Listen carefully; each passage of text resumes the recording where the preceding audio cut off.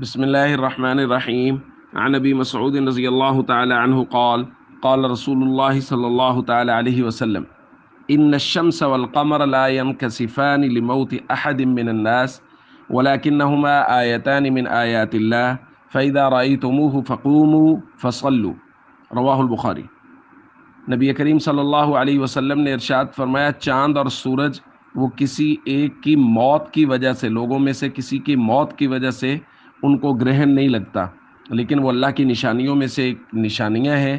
جب تم ان کو دیکھو، یعنی چاند یا سورج گرہن ہوا ہے، تو حضور نے فرمایا کھڑے ہو اور نماز پڑھو۔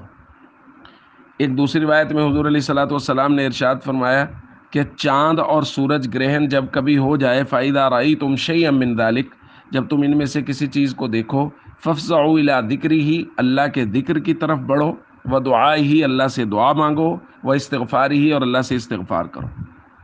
تو دوستو، یہ اعمال ہیں جو سورج یا چاند کے گرہن کے وقت اللہ کے نبی صلی اللہ علیہ وسلم نے تلقین کی ہے۔ ذکر کرنا، دعا کرنا، استغفار کرنا، اور سب سے بڑا کام جو خود اللہ کے نبی صلی اللہ علیہ وسلم نے خود بھی کیا، صحابہ کہتے ہیں جس دن سورج گرہن ہوا حضور کے دور میں، وہ اس دن تھا جب حضرت ابراہیم جو حضور کے بیٹے تھے وہ وفات پا گئے۔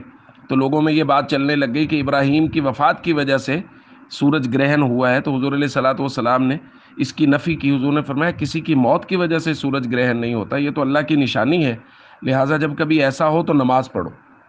اور حضور نے خود بھی نماز پڑھی۔